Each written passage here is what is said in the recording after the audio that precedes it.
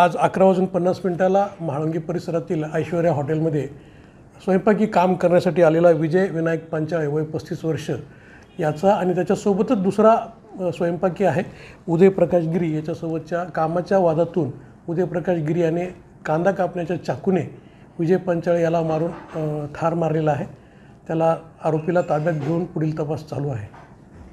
गुन्हे दाखल आहेत। याच्यापूर्वी या आरोपीवर कुठलेही गुन्हे नाहीत किंवा मैतावर अजून गुन्हे नाहीत। मैत राहणारा यूपीचा आहे, तिकडची माहिती घेण्याचं काम चालू आहे। अचानक घडलेली घटना आहे। तो व्यक्ती कुठला आहे?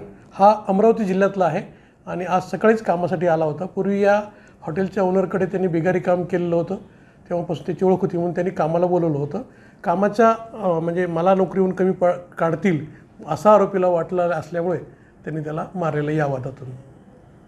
कामाच्या याच्यावरून झालेला आहे, कारण तोही स्वयंपाकी होता, हाही स्वयंपाकी होता।